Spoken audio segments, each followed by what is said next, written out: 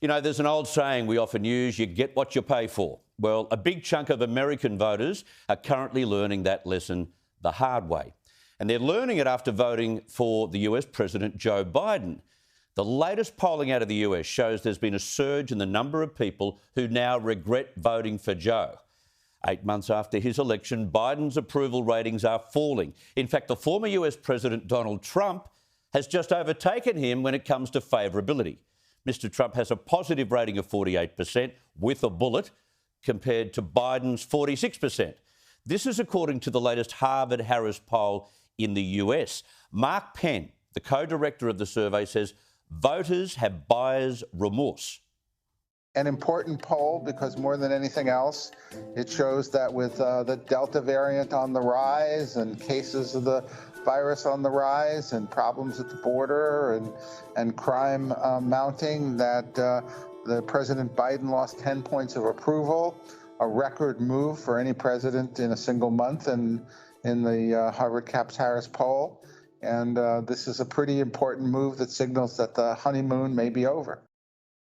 Maybe, definitely. He's overseen a disastrous withdrawal from Afghanistan, surging numbers of coronavirus cases this year, a migrant crisis of outrageous proportions on the US-Mexico border, and a deadlock in Congress where a lot of Biden's plans are stuck in the mud. Very Obama-like.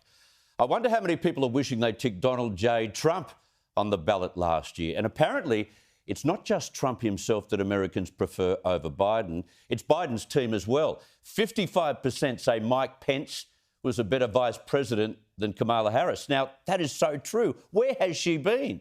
And 63% say Mike Pompeo was a better Secretary of State than Antony Blinken. That would not be hard to do. It sounds like there's some serious regret in the United States, but you get what you pay for. There are no refunds, no exchanges, no going back. I don't think Joe will last until the next election in 2024. Look at the way he relies on written palm cards. Whenever he's in public, he didn't know Scott Morrison's name. I want to thank that fellow down under. Thank you very much, pal. Appreciate it, Mr. Prime Minister. And to prevent another embarrassment, to get him through yesterday's photo opportunity with the PM, he had notes which he hardly took his eyes off. Well, Scott, Mr. Prime Minister, it's great to have you here. It's good to see my friend Prime Minister Morrison and today in New York, and I look forward to welcoming him to the White House. This is a photo opportunity. You have nothing words to say, and he needs notes. He's president in name only, Joe Biden, and the public now know it.